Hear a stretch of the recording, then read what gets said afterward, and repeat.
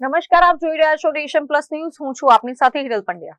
રાધનપુર નગરપાલિકાની pre monsoon કામગીરી અને પ્રાથમિક સુવિધાઓની પોલ ફરી એકવાર ઉઘાડી પડી છે. ખુદ નગરપાલિકા પ્રમુખના જ વોર્ડ નંબર 7માં આવેલા આદર્શ રોડ સ્થિત રામનગર 1 સહિતની 5 સોસાયટીઓમાં વરસાદી પાણીના નિકાલના અભાવે ચોતરફ પાણી અને ગંદકીનું સામ્રાજ્ય સર્જાયું છે. રાધનપુરના વોર્ડ નંબર 7ના રામનગર 1 વિસ્તારમાં ચોમાસાનો વરસાદ આવતા જ રસ્તાઓ જળમગ્ન થઈ ગયા છે. 5 જેટલી સોસાયટીઓમાં પાણી ઘૂસી જતા રહીશો મુશ્કેલીમાં મુકાયા છે. સ્થાનિકોનો આક્ષેપ છે કે તંત્રને 8 વખત લેખિત રજૂઆતો કરવા છતાં કોઈ કાયમી નિકાલ કરવામાં આવ્યો નથી. પાણી ભરાવાના કારણે મચ્છરોનો ઉપદ્રવ વધતા ડેન્ગ્યુ અને મેલેરિયા જેવા રોગચાળાનો ભય સતાવી રહ્યો છે.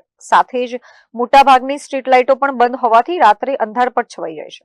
આખો દાડો ભૂષણ કરતા અમે 6 જણા 10 જણા ભાઈ અમારા ઘરના આ વર્ષોથી આ કેટલા વર્ષોથી પ્રશ્ન છે આ વર્ષના 15 વર્ષથી છે અમારે 15 વર્ષ થઈ ગયા. તમે કોઈ અરજી કે લેખિત કોઈ આપી નહીં શક્યું? 3-4 દાડા થયા. હું નગર પંચાયતમાં જઈ કઈ સાંભળ્યું નહીં સાહેબ. પાછી આવી નગર પંચાયતમાં જઈ કોઈ આપણું સાંભળતા નથી. રોડ હરકા કરતા નહીં, ખાના ખાવું થાય, અમારે લાવ્યું કાઢવાની ઉપાધિ થાય, છોકરાને સ્કૂલ મૂકવાની ઉપાધિ થાય, ના જવું અમારે ગટરાની ઉપાધિ, ખારકુવા ભરાઈ જાય, સંડાસ ભરાઈ જાય પાણી ના લીધે. એક નિકાલ કરો, સરકાર કશું કરતા નથી. અમારે ક્યાં જવાનું? આટલા છોકરાને દવાખાને જવું હોય તો હાલીને જવું પડે. વેપારી લારીઓ લઈને ચાક નાખીને જાય, એમાં આવા ખાડા ખબૂચામાં લારીઓ બંધ પડી, વેપાર અમારો બંધ પડે, ચાકન જવાનું. કઈક સરકાર હવે કઈક કરો અમારા રામનગરમાં. રામનગર 1માં અમારે અત્યારે અંદર ઘરે જવાના રસ્તામાં પાણી ભરેલા ગુડે ગુડે. અમારા છોકરા છે, પછી અમારે કેવી રીતે હેડવું, અંદર જીવાત રહેશે, હાપ રહેશે, અને કેટલા ટાઈમથી અરજીઓ આપી કોઈ ધ્યાન આપતા નથી. રામનગર 1માં કોઈ ચેરમેન કે કોઈ પ્રમુખ આવતા નથી જોવા. અત્યારે અમે પાણીમાં હેડીએ છીએ, અમારા છોકરા બધા ગંદકીમાં રહે છે, કોઈ આવતું નથી. વોટ લેવા માટે આવે છે, બીજું છોકરા વહેલા મોડો નીકળે પણ કોઈ ધન દોરતું નથી.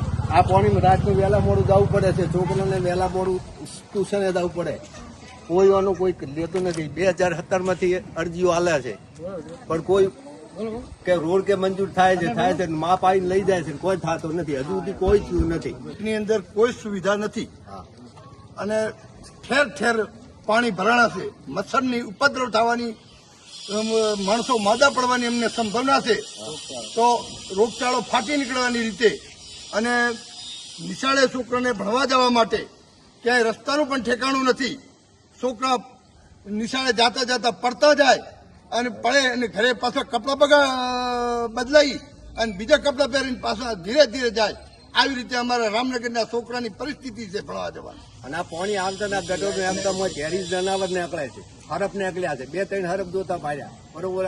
અને સ્ટ્રીટ લાઇટમાં શેરીએ લાઇટ નથી, આડી અવરવી લાઇટ કરી છે.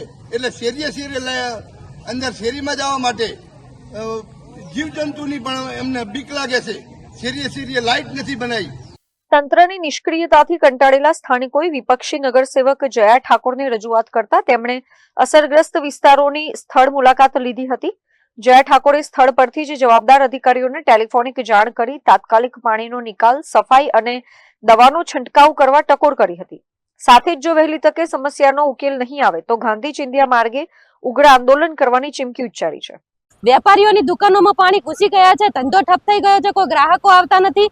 સાથે અહીંયા જેટલી પણ સોસાયટીઓ આવેલી છે તમામ સોસાયટીના રહીશો અત્યારે ઘરમાં કેદ થઈને બેઠા છે, જાણે કે જેલમાં પુરાઈ ગયા એવી સ્થિતિ અત્યારે આ હાઈવેના તંત્ર અને નગરપાલિકાની દેખરેખ હેઠળ ચાલતો આ ગટર આપ જોઈ શકો છો કે કેટલી ઉભરાઈ રહી છે. પાણી નિકાલ ન થવાનું કારણ અત્યારે જે પ્રજાના ટેક્સના પૈસાનો જે પગાર ખાઈને તંત્રની જે આંખો બંધ કરીને જે અધિકારીઓ બેઠા છે એમના પેટમાં પાપ હોય એવું લાગી રહ્યું છે. કારણ કે જયારે અધ્યક્ષ સાહેબ આવવાના હતા ત્યારે આ રોડ એમને પાણી સંપૂર્ણપણે બંધ કરી દીધું હતું અને ફરી પાછું આ પાણી ચાલુ થયું છે. તો એ લોકો ધારે તો બધું કરી શકે છે પણ એમને કોઈ પણ મનસા કે નેસા સારી લાગતી નથી, જેના કારણે ના તળાવનું પાણી અત્યારે અહીંયા કાઢવામાં આવ્યું છે. આપ જોઈ શકો છો ઉભરાય છે ગટરો, તળાવનું પાણી છે, બધું અહીંયા ભેળસેળ કરી અને માણસોને બીમારી તરફ ધકેલી રહ્યા છે. અત્યારે અહીંયા આદર્શ શાળા આવેલી છે, એ બાળકોનું અત્યારે શિક્ષણ બગડી રહ્યું છે. બાળકો સ્કૂલમાં જઈ શકતા નથી અને આખું એ શાળાનું શિક્ષણ છે ઠપ થઈ રહ્યું છે. સામે શિશુ મંદિર પણ બાજુમાં આવેલું છે. તમામે બાળકોનું ભવિષ્ય અત્યારે તંત્ર બગાડી રહ્યું છે અને શિક્ષણના નામે અત્યારે જાતે જાણી જોઈ અને ભવિષ્ય સાથે ચેડા કરી રહેલું છે. આપ જોઈ શકો છો. રાધનપુર નગરપાલિકાના પ્રમુખના જ વોર્ડમાં બદતર હાલત થતા અન્ય વિસ્તારોમાં કેવી પરિસ્થિતિ હશે તેવા અનેક સવાલો વિપક્ષે ઉઠાવ્યા છે. જો કે વોર્ડ નંબર 7ની સમસ્યાનું પાલિકા તંત્ર ક્યારે નિરાકરણ લાવે તે હવે જોવાનું રહેશે.